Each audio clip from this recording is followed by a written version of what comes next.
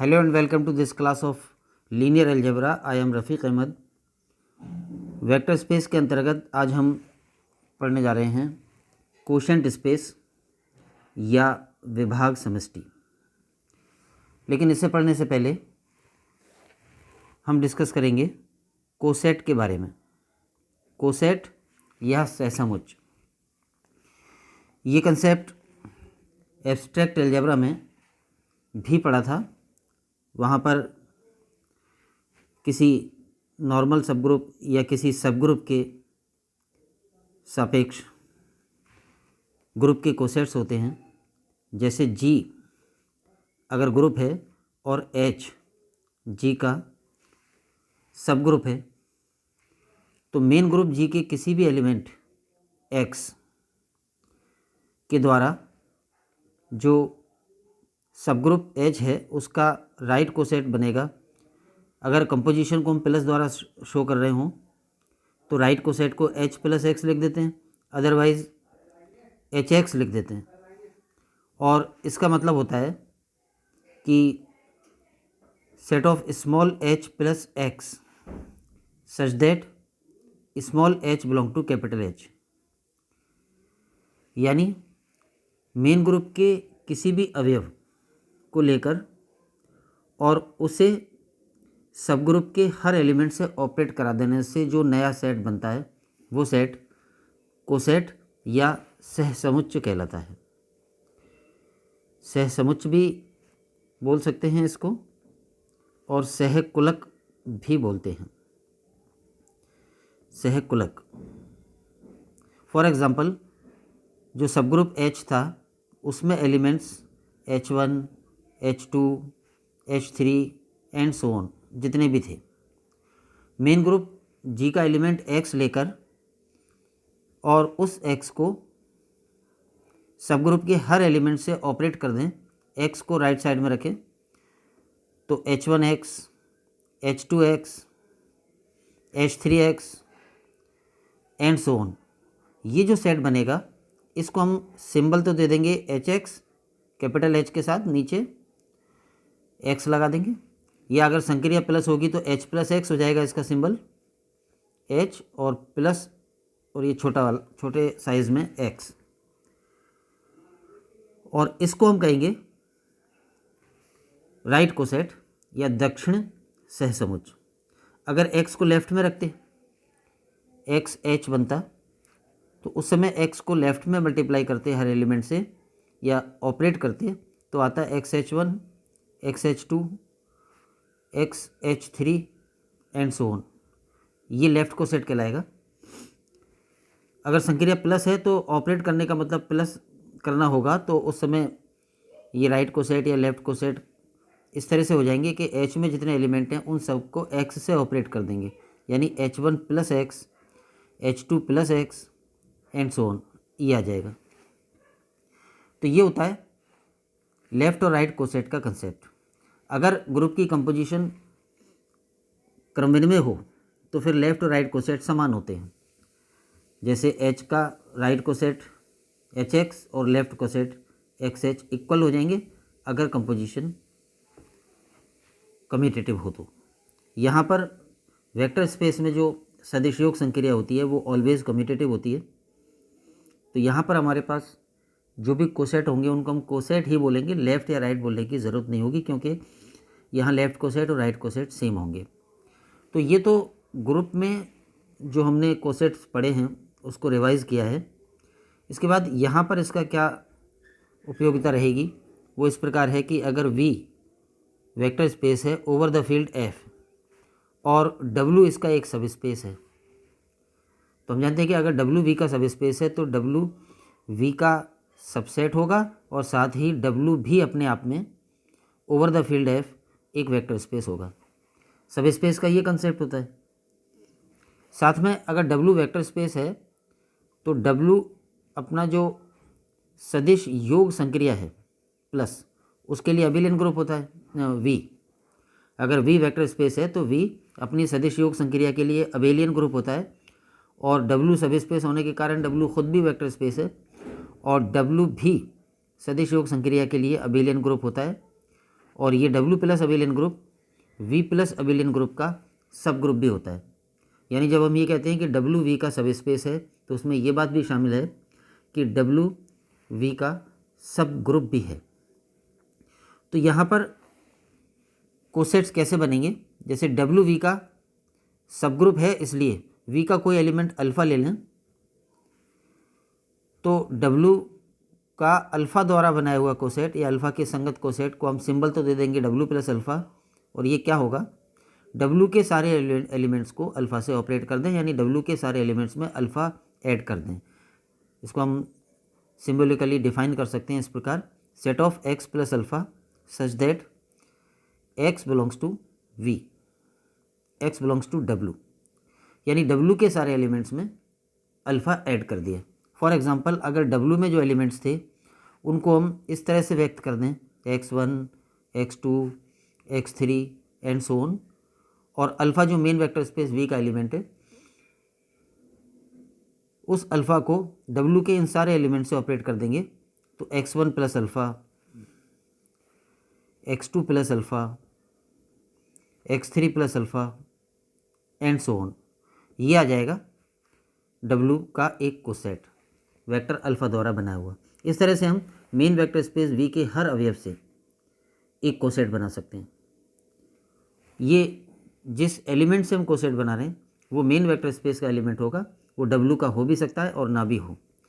जैसे ये main vector space V है और उसका सब स्पेस W है तो अल्फ़ा यहाँ भी हो सकता है, यानी V का तो है ही W का भी हो सकता है, और अल्फ़ा यहाँ भी हो सकता है, यानी V का नहीं हो, V का हो लेकिन W का ना हो। तो पूरे वेक्टर स्पेस V में से अल्फ़ा कहीं भी से भी ले सकते हैं और हर अल्फ़ा यानी V के हर अवयव द्वारा एक कोसेट बनाया जा सकता है, चाहे वो अवयव W के अंदर हो चाहे W से बाहर हो। फिर हमने कोसेट से रिलेटेड 2-3 रिजल्ट्स एब्स्ट्रैक्ट अलजेब्रा में भी प्रूव किए थे और उनका यहाँ भी यूज़ करेंगे।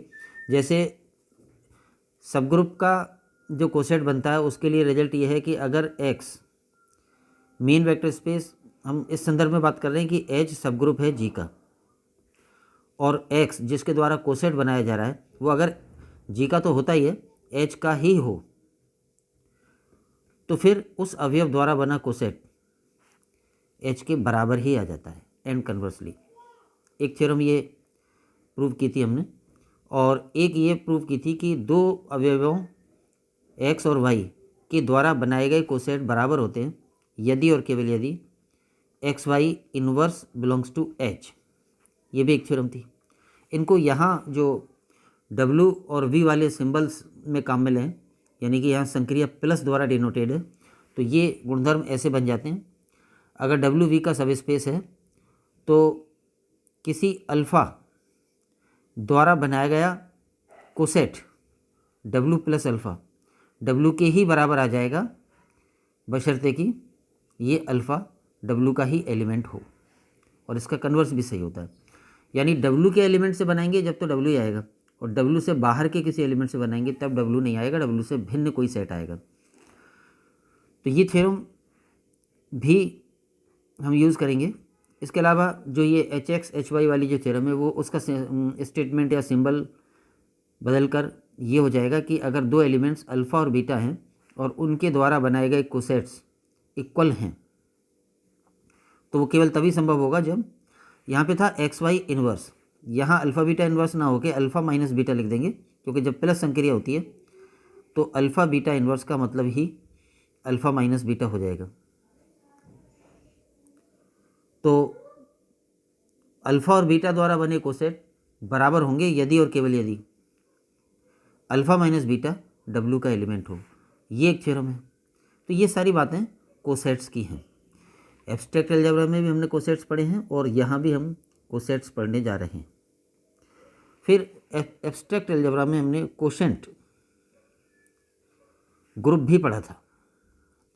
कोशेंट ग्रुप, और वो क्या था कि अगर H सब ग्रुप है G का तो G में H के सभी कोसेट्स का सेट, जिसको कि हम G/H सिंबल देते हैं, ये हो जाता है set of all cosets HX where X belongs to G। तो ये जो सेट है ये अपने आप में ग्रुप होता है, और इसे कहते हैं कोशेंट ग्रुप। तो वैसा ही यहाँ भी होगा। यहाँ अगर W सब स्पेस है वेक्टर स्पेस V का और फील्ड दोनों का F है, तो W के V में जितने भी कोसेट्स बनते हैं उन सब का सेट, यानी set of all cosets W plus alpha such that alpha belongs to V, यानी V के हर एलिमेंट द्वारा कोसेट बनाए जाएं और सारे कोसेट्स का सेट बना लिया जाए। तो इस सेट को हम डिनोट तो करेंगे V अपॉन W से, और फिर प्रूव करेंगे कि दी गई कंपोजिशंस के रेस्पेक्ट में ये सेट V अपॉन W भी अपने आप में एक वेक्टर स्पेस होता है over the same field F, और इस वेक्टर स्पेस को हम कहेंगे कोशेंट स्पेस। तो कोसेट एंड कोशेंट स्पेस, ये दो चीज़ें हम आज पढ़ने जा रहे हैं। पहले जो अभी हमने समझी है वो कोसेट की डेफिनेशन वो लिखें। तो कोसेट या सहसमुच्च W किसी सदिश समष्टि V ओवर F की उप समष्टि है, यानी V over F main vector space है एंड W इज ए सब space of V over F। Alpha V का कोई एलिमेंट है तब सेट W प्लस अल्फ़ा, ये तो उसका सिंबल हो गया, सेट का डेफिनेशन हो जाएगी x plus alpha such that x belongs to W, यानी W के हर अवयव में अल्फ़ा जोड़ दिया जाए। इस तरह से जो सेट बनेगा वो set W plus alpha symbol कहलाएगा, और ये सेट कोसेट कहलाएगा W का सदिश अल्फ़ा के सापेक्ष। तो ये तो है सहसमुच्च की परिभाषा। जैसा कि अभी हमने डिस्कस किया था कि यहाँ जो वेक्टर स्पेस की कंपोजिशन होती है, वेक्टर सम या सदिश योग, वो ऑलवेज कम्यूटेटिव होती है, हमेशा क्रमविनिमय होती है। इसलिए यहाँ लेफ़्ट और राइट कोसेट में कोई फ़र्क नहीं होगा, इसलिए हमने केवल कोसेट लिखा है, बायां या दायां सहसमुच्च न लिख के ओनली सहसमुच्च लिखा है। तो ये तो है सहसमुच्च की डेफिनेशन। इसके बाद जो थ्योरम हम प्रूव करने जा रहे हैं वो ये है, W किसी सदिश समष्टि V ओवर F की उप समष्टि है, तब W के सभी सहसमुच्चों का समुच्च V upon W, set of all cosets of W that is V upon W can be defined as set of W plus alpha such that alpha belongs to V, यानी V में जितने भी vectors हैं हर vector के द्वारा सहसमुच्च बनाए जाएं और सारे सहसमुच्चों का समुच्च बना लिया जाए। तो उस समुच्च का सिंबल तो हम देंगे V अपॉन W, और हमें यहाँ पे प्रूव करना है कि ये जो समुच्च बन रहा है सहसमुच्चों का समुच्च, ये अपने आप में उसी क्षेत्र F पर सदिश समष्टि होता है, जिसमें जो कंपोजिशंस चाहिए हमें वेक्टर सम और एक्सटर्नल कंपोजिशन, वो उनकी डेफिनेशन ये होगी कि अल्फ़ा द्वारा बनाया गया कोसेट और बीटा द्वारा बनाया हुआ कोसेट, ये दो कोसेट्स हो गए। दो कोसेट्स हो गए का मतलब V अपॉन W के दो अवयव हो गए या दो सदिश हो गए। इनको ऐड करने पर ये सदिश योग संक्रिया हो जाएगी यहाँ पर V अपॉन W के लिए, और इनको ऐड करने पर ये कोसेट प्राप्त होगा, जो कि एक कोसेट है किस अवयव द्वारा बनाया हुआ है, अल्फ़ा प्लस बीटा जो अवयव है V का, उसके द्वारा बनाया हुआ कोसेट है। यानी अल्फ़ा द्वारा बनाया हुआ कोसेट और बीटा द्वारा बनाया हुआ कोसेट ऐड होने पर अल्फ़ा प्लस बीटा द्वारा बनाया हुआ कोसेट प्राप्त हो जाएगा। ये सदिश योग की परिभाषा काम में लेंगे हम। और बाह्य गुणन जो होता है, एक्सटर्नल कंपोजिशन जो होती है, उसकी डेफिनेशन ये है, फील्ड का कोई भी एलिमेंट A और V अपॉन W का कोई भी एलिमेंट यानी कि कोई भी कोसेट W प्लस अल्फ़ा, दोनों को जब डॉट द्वारा ऑपरेट करेंगे तो आएगा A अल्फ़ा द्वारा बना कोसेट, यानी अल्फ़ा द्वारा बने कोसेट को A से डॉट करने पर A अल्फ़ा द्वारा बना कोसेट प्राप्त होगा। ये एक्सटर्नल कंपोजिशन डॉट की डेफिनेशन हो जाएगी। तो सदिश योग की ये परिभाषा और बाह्य गुणन की ये परिभाषा का उपयोग करके हमें प्रूव करना है कि सभी सहसमुच्चों का ये समुच्च V अपॉन W भी क्षेत्र F पर सदिश समष्टि होता है। तो ये तो हमें सिद्ध करना है इस थ्योरम में।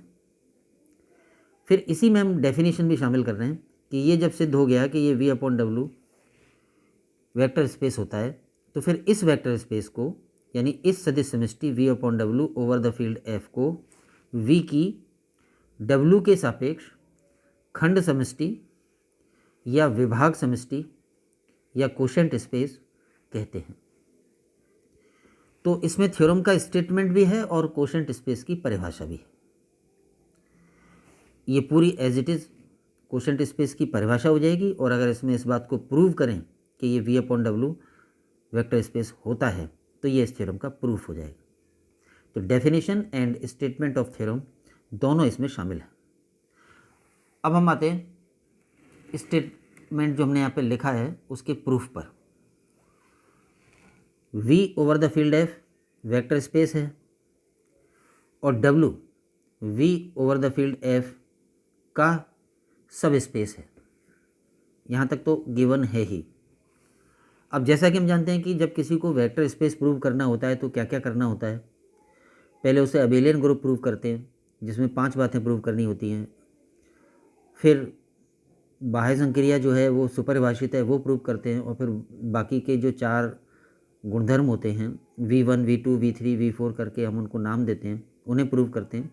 तो वो सारी बातें यहाँ v अपॉन डब्ल्यू के लिए प्रूव करनी होंगी।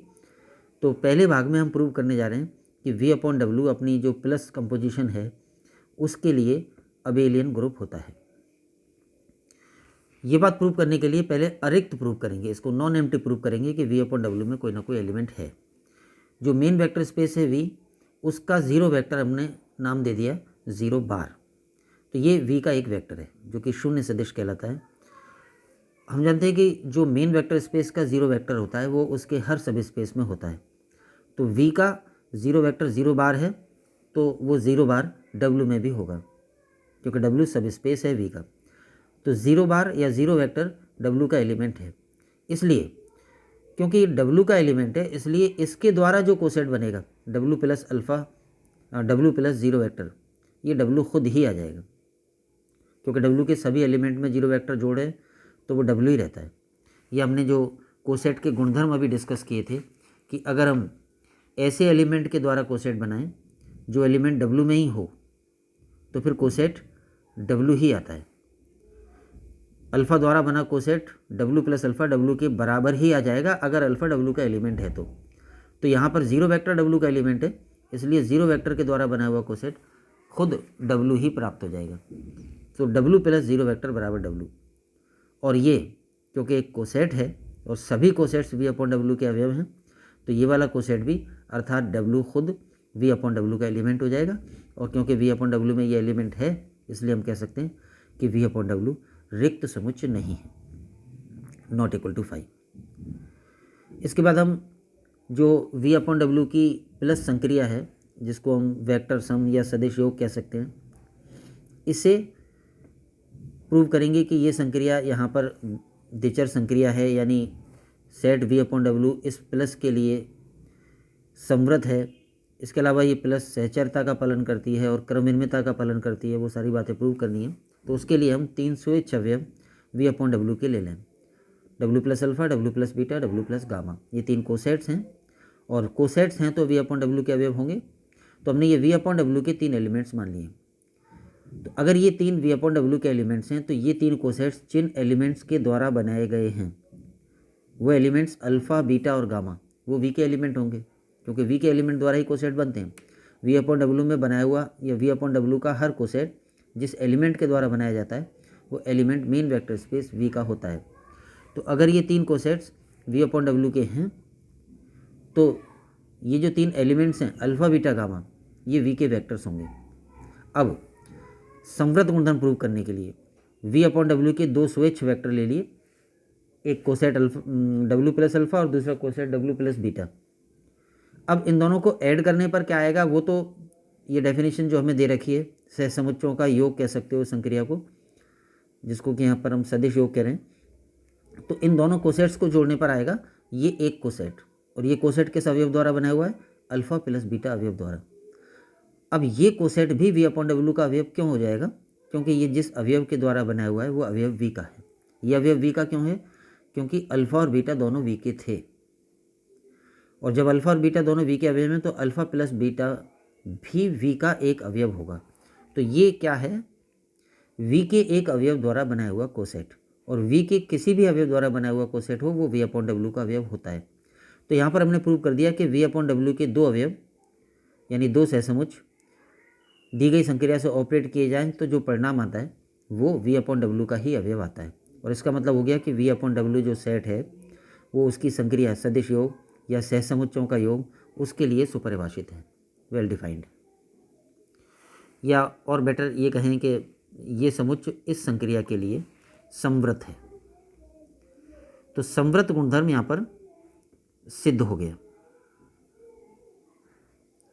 इसके बाद हम सहचर्यता प्रूव करें तो v अपॉन डब्ल्यू के तीन एलिमेंट्स ले लें जो हमने ले रखे हैं, coset W plus alpha, coset W plus beta, coset W plus gamma, ये तीन एलिमेंट्स हैं। एक बार इनको ऐसे ऑपरेट करें कि लास्ट के टू को पहले ऑपरेट करना है।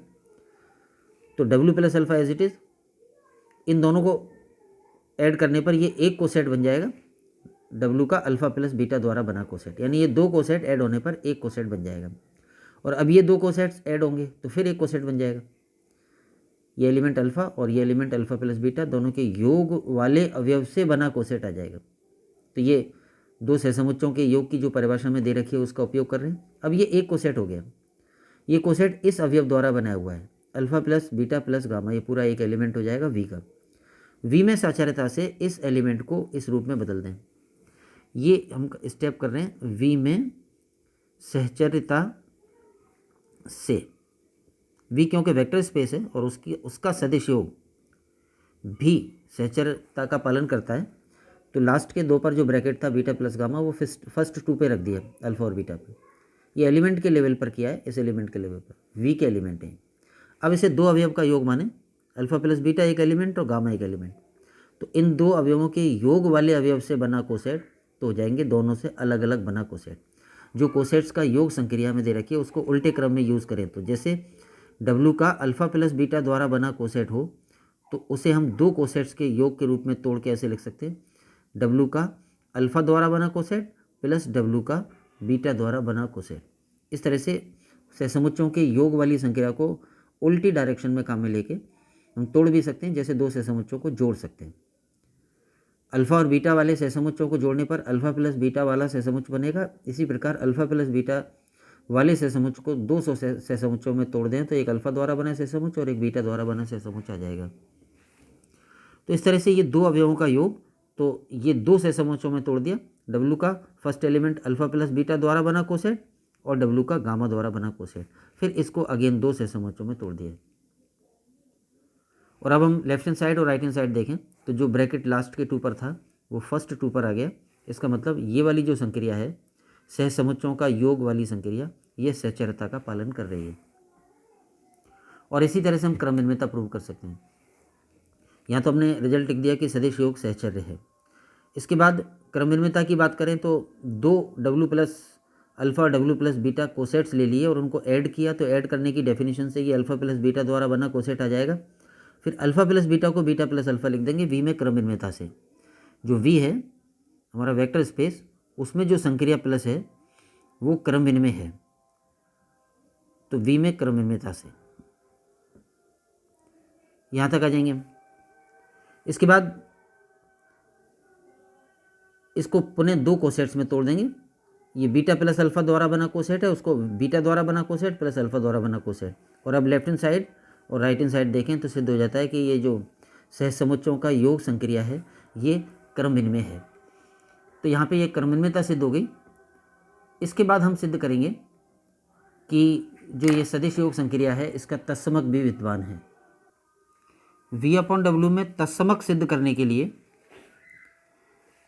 ये स्टेप्स देखें। हमने जो अरिक्त प्रूव करने के लिए प्रूव किया था कि डब्ल्यू या डब्ल्यू प्लस ज़ीरो वेक्टर ये v अपॉन डब्ल्यू का एलिमेंट होता है।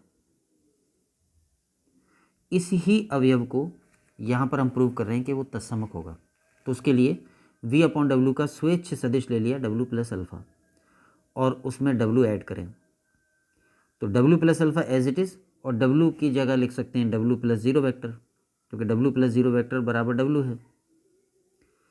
अब ये अल्फा द्वारा बना कोसेट है और ये ज़ीरो वेक्टर द्वारा बना कोसेट है, तो इन दो कोसेट्स को जोड़ने पर आ जाएगा अल्फ़ा प्लस जीरो वेक्टर द्वारा बना कोसेट, लेकिन अल्फ़ा प्लस जीरो वेक्टर बराबर अल्फ़ा ही होता है क्योंकि अल्फ़ा वी का अवयव है और जीरो वेक्टर वी का तत्समक है। तो यहाँ प्रूव हो गया कि डब्ल्यू प्लस अल्फ़ा यानी वी अपॉन डब्ल्यू के किसी भी कोसेट्स या किसी भी सहसमुच्चय या किसी भी अवयव में जब डब्ल्यू जोड़ते हैं यानी उसको डब्ल्यू से ऑपरेट करते हैं तो डब्ल्यू प्लस अल्फ़ा ही आ जाता है। इसका मतलब ये डब्ल्यू जो है वो वी अपॉन डब्ल्यू में तत्समक है। तो इस तरह से प्रूव हुआ कि डब्ल्यू, ये जो निकाय हमने बना रखा है सेट तो वी अपॉन डब्ल्यू और संक्रिया प्लस, इस निकाय में खुद डब्ल्यू तत्समक है। तत्समक होने के बाद हमें प्रतिलोम प्रूव करना है कि वी अपॉन डब्ल्यू के हर अवयव का वी अपॉन डब्ल्यू में ही प्रतिलोम विद्यमान हो। तो वो भी सिंपल तरीके से प्रूव हो जाएगा। वी अपॉन डब्ल्यू का एक स्वेच्छ अवयव ले लिया हमने डब्ल्यू प्लस अल्फ़ा। अगर ये वी अपॉन डब्ल्यू का अवयव है तो ये जो अल्फ़ा है वो वी का होगा, और जब अल्फ़ा वी का है तो अल्फ़ा का प्रतिलोम वी में यानी माइनस अल्फ़ा भी वी में होगा। माइनस अल्फ़ा वी का एक एलिमेंट है, तो माइनस अल्फ़ा द्वारा बनाया गया कोसेट यानी W plus minus of alpha, ये भी वी अपॉन डब्ल्यू का अवयव होगा। यानी इस लाइन में तो हमने प्रूव किया है कि अल्फ़ा द्वारा बना कोसेट वी अपॉन डब्ल्यू का अवयव है, तो माइनस अल्फ़ा द्वारा बना कोसेट भी वी अपॉन डब्ल्यू का अवयव होगा। अब इस माइनस अल्फ़ा द्वारा बने कोसेट को अल्फ़ा द्वारा बनाए गए कोसेट का प्रतिलोम प्रूव करें, तो इसके लिए हम बता दें कि इन दोनों कोसेट्स को ऐड करने पर तत्समक प्राप्त हो जाता है, जो कि सिंपल स्टेप्स में आ जाएगा। ये अल्फ़ा द्वारा बना कोसेट और ये माइनस अल्फ़ा द्वारा बना कोसेट, तो जो सहसमुच्चयों के योग की संक्रिया उसकी परिभाषा अनुसार ये एलिमेंट जुड़ जाएंगे, यानी आ जाएगा alpha plus minus of alpha द्वारा बना कोसेट। और alpha plus minus of alpha ये जीरो वेक्टर होता है क्योंकि ये वी का वेक्टर है और ये उसका प्रतिलोम है। एक वेक्टर और उसका प्रतिलोम ऐड होने पर जीरो वेक्टर आता है, तो ये आ जाएगा जीरो वेक्टर द्वारा बना कोसेट, और ये डब्ल्यू खुद होता है। और डब्ल्यू क्या है? इस निकाय में तत्समक, यानी इस निकाय में वी अपॉन डब्ल्यू के ये दो अवयवों को ऑपरेट करने पर उस निकाय का तत्समक प्राप्त हो जाता है। इसका मतलब इसका प्रतिलोम ये है। अतः प्रत्येक W plus alpha belongs to V upon W का वी अपॉन डब्ल्यू में प्रतिलोम डब्ल्यू प्लस माइनस अल्फ़ा विद्यमान है। तो हर एक का प्रतिलोम भी विद्यमान हो गया।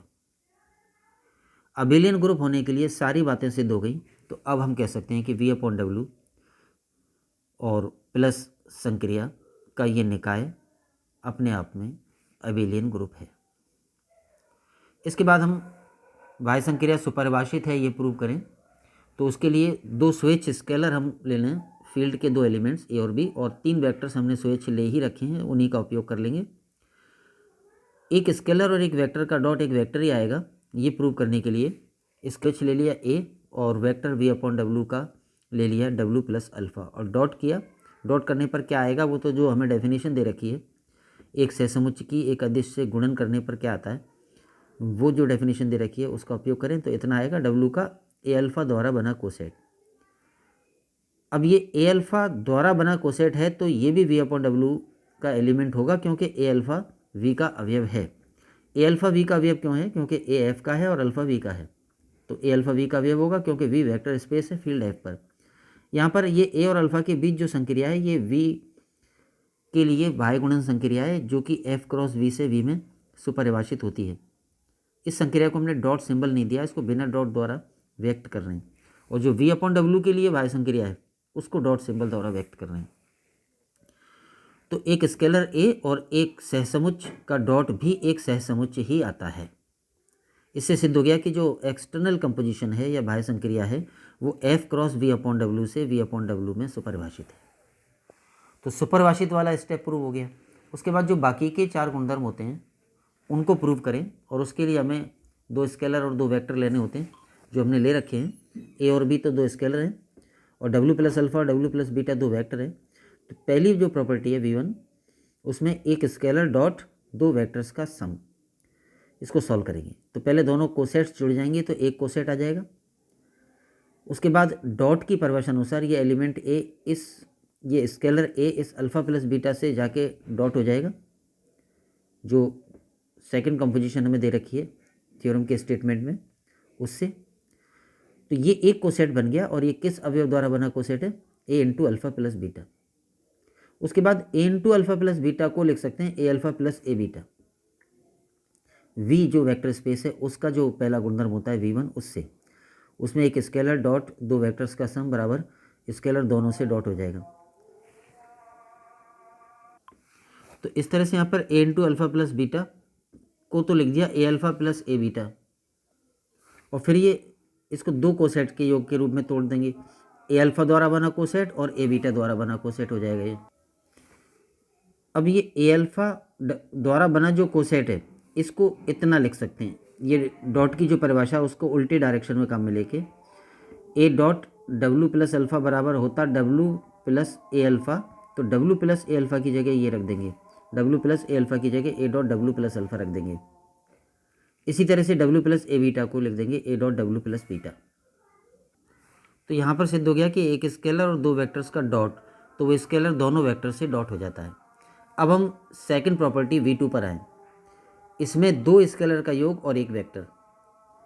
तो पहले डॉट की परिभाषा का उपयोग करेंगे, तो ये स्केलर इस वेक्टर से जाके गुणा हो जाएगा, तो आ जाएगा डब्ल्यू का इस अवयव द्वारा बना कोसेट, और ये अवयव है ए plus B into alpha.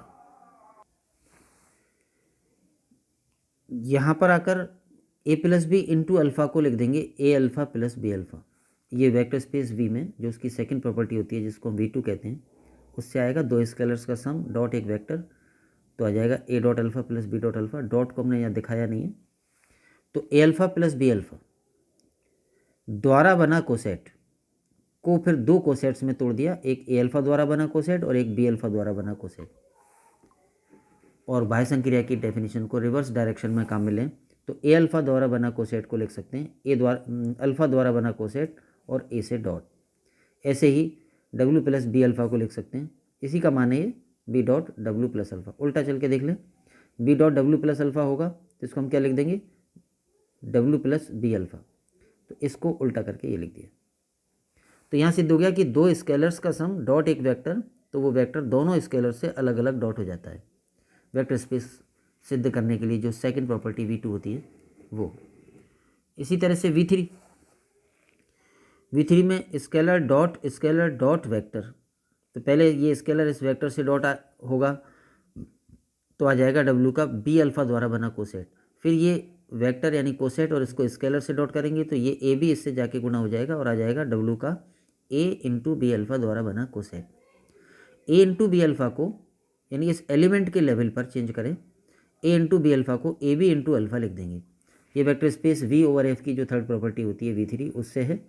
Vector space V over F में स्केलर डॉट वेक्टर बराबर scalar into scaler dot vector.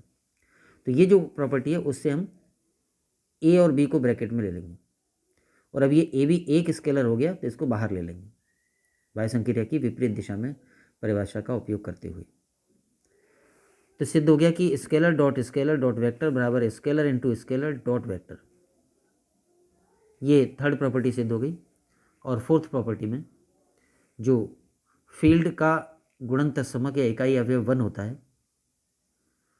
तो vector space V over F में तो 1 इंटू अल्फ़ा या 1 डॉट अल्फ़ा बराबर अल्फ़ा होगा। और यहाँ पर हमें प्रूव करना है कि जो फील्ड का 1 है डॉट V अपॉन डब्ल्यू का कोई भी वेक्टर बराबर वही वेक्टर, तो वो आसानी से आ रहा है।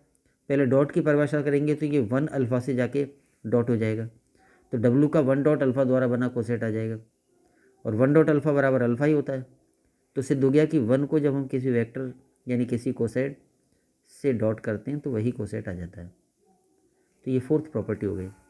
और इस तरह से सिद्ध हो गया कि V अपॉन डब्ल्यू क्षेत्र F पर सदिश समष्टि है, और इस सदिश समष्टि को हम कोशेंट स्पेस कहते हैं। वो हमने थ्योरम के स्टेटमेंट में ही परिभाषा जोड़ दी थी।